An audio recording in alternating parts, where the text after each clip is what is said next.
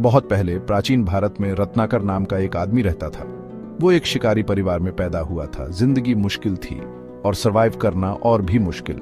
मजबूरी और सही राह ना मिलने के कारण रत्नाकर डाकू बन गया। वो जंगल के रास्तों पर ट्रैवलर्स को लूटता था।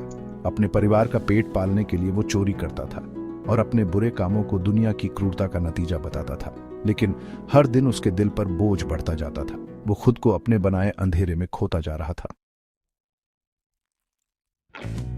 एक दिन रत्नाकर की मुलाकात नारद नाम के एक ऋषि से हुई। रत्नाकर की धमकियों से बिल्कुल भी न डरते हुए नारद ने उससे एक सिंपल सा सवाल पूछा, तुम पाप क्यों करते हो, बुरा कर्म क्यों जोड़ते हो? रत्नाकर ने जवाब दिया, मैं अपने परिवार के लिए करता हूं, उन्हें खिलाने और उनकी रक्षा करने के लिए। क्या वो तुम्हारे पापों का बोझ उठाएंगे? नारद ने सवाल किया। रत्नाकर घबरा गया और अपने परिवार के पास जाकर उनसे यही सवाल पूछा। उसका परिवार डर गया और उसके अपराधों में शामिल होने से मना कर दिया। रत्नाकर बहुत दुखी हुआ। उसे अपनी गलतियों का एहसास हुआ। रत्नाकर वापस नारद के पास गया माफी मांगने। नारद ने उसे राम, जो अच्छाई के प्रतीक हैं, के नाम का जाप करने की सलाह दी। लेकिन रत्नाकर अपने पास्ट के पापों में इतना डूबा हुआ था कि वो राम का नाम नहीं ले पा रहा था। नारद ने उसे इसके ऑपोजिट मरा बोलने को कहा। रत्नाकर ध्यान में बैठ गया और लगातार मरा का जाप करने लगा। दिन महीनों में बदल गए और महीने सालों में।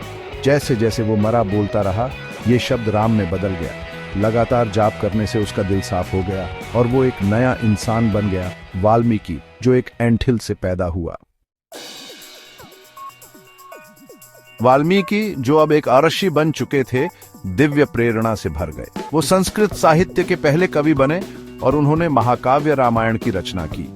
ये महाकाव्य भगवान राम के जीवन और यात्रा के बारे में बताता है, जिसमें धर्म, अच्छाई और अधर्म, बुराई के खिलाफ लड़ाई पर जोर दिया गया है।